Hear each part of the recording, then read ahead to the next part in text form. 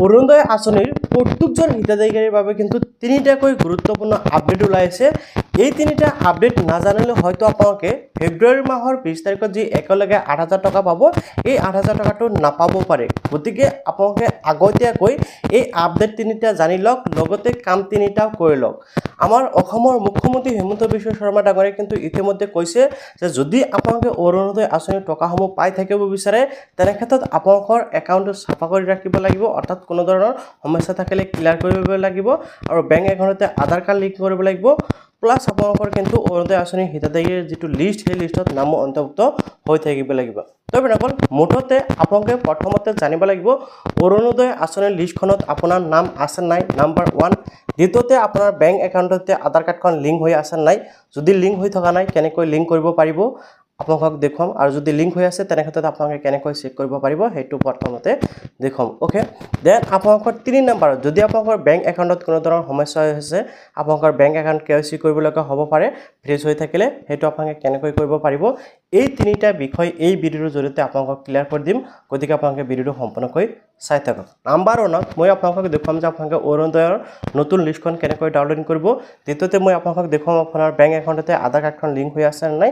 তৃতীয়তে আপোনালোকক দেখুৱাম যে আপোনাৰ বেংকত কোনো ধৰণৰ প্ৰব্লেম হৈ থাকিলে আপোনালোকে সেয়া কেনেকৈ শুধৰণি কৰিব পাৰিব। তো আৰম্ভ কৰিছোঁ। প্ৰথমতে মই আপোনালোকক দেখুৱাইছোঁ যে আপোনাৰ অৰুণোদয় আঁচনিৰ লিষ্টখন কেনেকৈ ডাউনলোডিং কৰিব পাৰিব। প্ৰথমতে আপোনালোকে চেক কৰিব লাগিব যে অৰুণোদয়ৰ লিষ্টত আপোনালোকৰ নাম অন্তৰ্ভুক্ত হৈ আছে নাই। এতিয়া অৰুণোদয়ৰ লিষ্টত আপোনালোকৰ নাম অন্তৰ্ভুক্ত হৈ আছে নাই সেয়া চেক কৰিবলৈ মই আপোনালোকৰ সুবিধাতে ভিডিঅ'টোৰ ডিছক্ৰিপশ্যনত মোৰ হোৱাটছআপ চেনেলৰ লিংক দি ৰাখিছোঁ। তাতে আপোনালোকে গৈ এখন লিংক পাব, সেই লিংকৰ পৰা ক্লিক কৰি ডাইৰেক্ট আপোনালোকে এই ৱেবছাইটলৈ আহি পাব। অ'কে, এই ৱেবছাইটত অহাৰ পিছত আপোনালোকে এনেকুৱাকৈ দেখিবলৈ পাব দ্য অৰুণোদয় লিষ্ট, এনেকুৱাকৈ Arunodoi scheme RS 8,000 new list 2026 আপোনালোকে দেখিবলৈ পাব। এতিয়া আপোনালোকে জাষ্ট স্ক্ৰল ডাউন কৰিব লাগিব। স্ক্ৰল ডাউন কৰি আহিলে আপোনালোকে দেখিবলৈ পাব ইয়াতে এই যিটো 4 নম্বৰ অপশ্যন আছে ডাউনলোড অৰুণোদয় 3.0 নিউ লিষ্ট 2026, ইয়াৰ তলতে ক্লিক হেয়াৰ এটা দেখিবলৈ পাইছে অৰুণোদয় 3.0। জাষ্ট আপোনালোকে ইয়াৰ ওপৰত ক্লিক কৰিব লাগিব। ক্লিক কৰিলে আপোনাৰ যিকোনো এটা ইমেইল খুজিব পাব, আপোনালোকে ইমেইল এটা চিলেক্ট কৰি অ'কে অপশ্যনত ক্লিক কৰিব। আপোনালোকৰ সন্মুখত এনেকুৱাকৈ অৰুণোদয়ৰ নতুন লিষ্ট এখন ওলাই আহিব।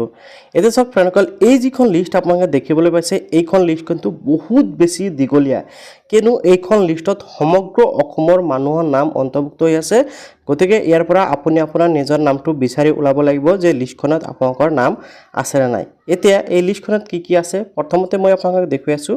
প্ৰথমতে আপোনালোকক দেখিবলৈ পাব আপোনালোকৰ ব্লকৰ আপোনালোকৰ সমষ্টিৰ নাম, বিধানসভা সমষ্টিৰ নাম আপোনালোকে দেখিবলৈ পাব।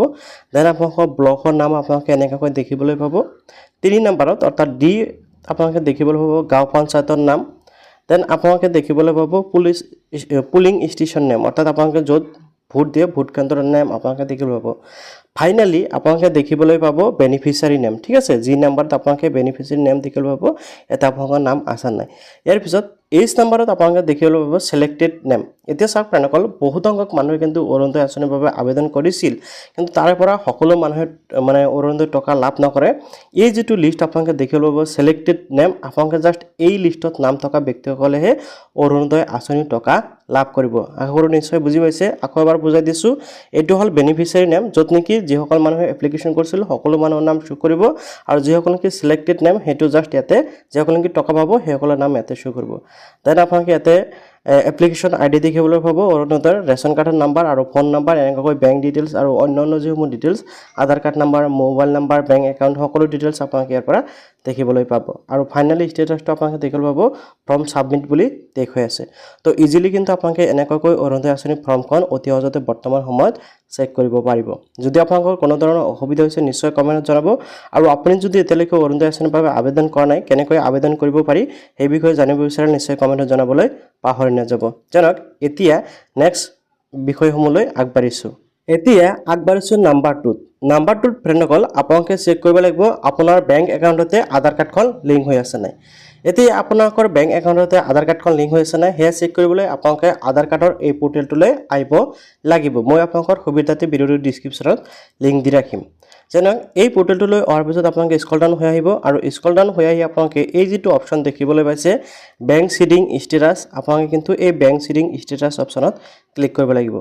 এতিয়া যেতিয়া ক্লিক কৰিব লোডিং হ'ব, লোডিং হৈ আপোনালোকৰ সন্মুখত এনেকৈ এণ্টাৰ আধাৰ আৰু কেপচাৰ কোডটো বহাবলৈ দিব।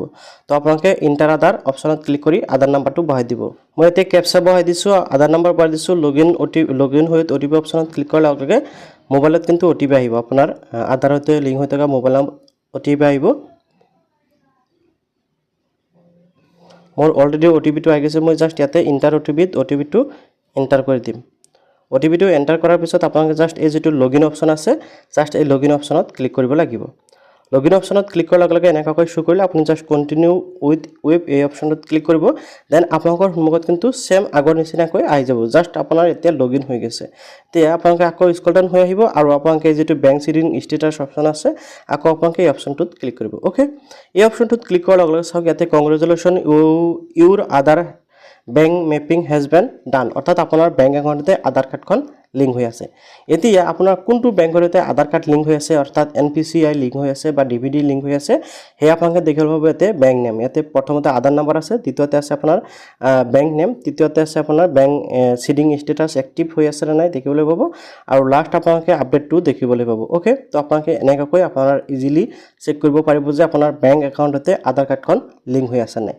এতিয়া বাই চান্স যদি আপোনাৰ বেংক একাউণ্টতে আধাৰ কাৰ্ডখন লিংক হৈ থকা নাই, তেনে ক্ষেত্ৰত আপুনি কিন্তু ঘৰত বহি আপোনাৰ বেংক একাউণ্টতে আধাৰ কাৰ্ডখন লিংক কৰিব পাৰিব। আৰু বেংক একাউণ্টতে আধাৰ কাৰ্ড কেনেকৈ লিংক কৰিব পাৰি, যিকোনো বেংকৰ সৈতে আধাৰ কাৰ্ড কেনেকৈ লিংক কৰিব পাৰি, সেই বিষয়ে মই অলৰেডি ভিডিঅ' বনাই ৰাখিছোঁ, আৰু সেই ভিডিঅ'টো মই এই ভিডিঅ'ৰ ডিছক্ৰিপশ্যনত দি ৰাখিম। আপোনালোকে তাৰ পৰা ইজিলি ভিডিঅ'টো চাই আপোনালোকে ইজিলি কি কৰিব পাৰিব, আপোনাৰ বেংক একাউণ্টতে আধাৰ কাৰ্ডখন লিংক কৰাব পাৰিব বা NPCI লিংক কৰাই ল'ব পাৰিব। তো আশা কৰোঁ নিশ্চয় বুজি পাইছে। এতিয়া আগবাঢ়িম তৃতীয় নম্বৰ বিষয়লৈ, যে আপোনাৰ যদি বেংকটো KYC কৰিব লগা আছে বা আপোনাৰ বেংকটো ফ্ৰিজ হৈ আছে, কেনেকৈ বুজি পাব আৰু কেনেকৈ আপোনালোকে ঠিক কৰিব সেয়া বুজাই দি আছোঁ। প্ৰথমতে যদি আপোনালোকৰ বেংকৰ সকলো ধৰণৰ লেনদেন ঠিক হৈ আছে বা আপুনি টকা থ'ব পাৰিছে বা উইথড্ৰ কৰিব পাৰিছে, তেনে ক্ষেত্ৰত আপোনাৰ বেংকটো ঠিকে আছে। যদি আপুনি টকা জাষ্ট থ'বহে পাৰিছে, অৰ্থাৎ জমা থ'ব পাৰে বাট উইথড্ৰ কৰিব নোৱাৰে, তেনে ক্ষেত্ৰত আপোনাৰ বেংকটো ফ্ৰিজ হ'ব পাৰে বা অন্য যিকোনো কাৰণত আপোনাৰ বেংকসমূহ ফ্ৰিজ হ'ব পাৰে। তো আপুনি এবাৰ আপোনাৰ বেংকত গৈ খবৰ কৰিব আপোনাৰ বেংক একাউণ্টটো ঠিকে আছে নে নাই। যদি আপোনাৰ বেংকত কোনো ধৰণৰ প্ৰব্লেম হৈ আছে, তেনে ক্ষেত্ৰত আপোনালোকে বেংকটো কি কৰিব লাগিব, আনফ্ৰিজ কৰিব লাগিব বা আপোনাৰ KYCটো আপডেট কৰিব লাগিব। এতিয়া KYC আপডেট কেনেকৈ কৰিব সেই বিষয়টো মই আপোনালোকক ক্লিয়াৰ কৰি দি আছোঁ। এতিয়া চাওক ফ্ৰেণ্ডসকল, আপোনালোকে এই দুটা কাম কৰিলে, অৰ্থাৎ আপোনালোকৰ লিষ্টটোত নামো আছে আৰু আপোনালোকে আপোনালোকৰ বেংক একাউণ্টতে আধাৰ কাৰ্ডখন লিংক হৈ আছে, তেনে ক্ষেত্ৰত বিশেষকৈ আপোনাৰ কোনো ধৰণৰ সমস্যা নাই। যদি আপোনাৰ বেংক একাউণ্টতে আধাৰ কাৰ্ডখন লিংক হৈ থকা নাই, তেনে ক্ষেত্ৰত ভিডিঅ'ৰ ডিছক্ৰিপশ্যনত ভিডিঅ' এটা দিয়া আছে, তাৰ পৰা ভিডিঅ' চাই অতি সহজতে আপোনালোকে আধাৰ কাৰ্ডৰ সৈতে বেংক একাউণ্টটো লিংক কৰাব পাৰিব। এতিয়া আটাইতকৈ গুৰুত্বপূৰ্ণ বিষয় যিটো, সেইটো হ'ল যে আপুনি যদি অৰুণোদয় আঁচনিৰ টকাখিনি লাভ কৰিব বিচাৰে, তেনে ক্ষেত্ৰত আপোনাৰ বেংক একাউণ্টটো চাফা কৰি ৰাখিব লাগিব বুলি অসমৰ মুখ্যমন্ত্ৰী হিমন্ত বিশ্ব শৰ্মা ডাঙৰীয়াই কৈছে, বা KYC আপডেট কৰিব লাগিব। এতিয়া এই KYC আপডেটটো কি মই অলৰেডি অলপ কৈছোঁ, তথাপিও আকৌ আপোনালোকক ভালকৈ বুজাই দিবলৈ চেষ্টা কৰিম। তো KYC আপডেট সাধাৰণতে ধৰি লওক আপোনালোকৰ বেংকত যদি কোনো ধৰণৰ খেলিমেলি আছে, তেনে ক্ষেত্ৰত আপুনি KYC আপডেটৰ জৰিয়তে আপোনাৰ বেংকটো ঠিক কৰি ল'ব পাৰে।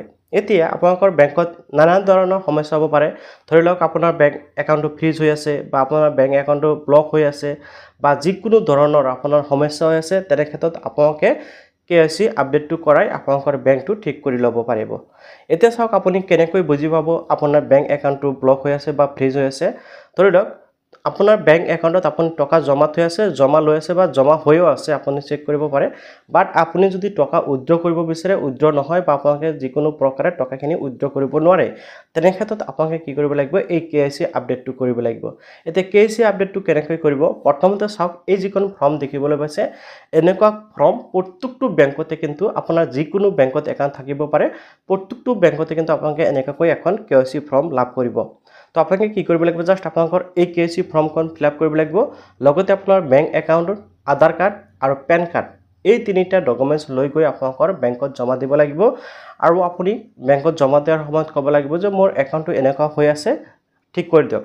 বাট এটা কথা মন কৰিব, যদি আপোনাৰ বেংকৰ একাউণ্টটো অলৰেডি লেনদেন হৈ আছে, আপুনি টকা থ'বও পাৰে, উইথড্ৰ কৰিব পাৰে, যিকোনো ধৰণৰ কাম সেইসমূহ কৰিব পাৰে, তেনে ক্ষেত্ৰত আপোনালোকে কিন্তু এই কামটো কৰিবলৈ নাযাব, কিয়নো অলৰেডি আপোনাৰ বেংক একাউণ্টটো ঠিকেই আছে। তো আশা কৰোঁ আপোনালোকে নিশ্চয় বুজি পাইছে KYC আপডেটটো কেনেকৈ কৰিব।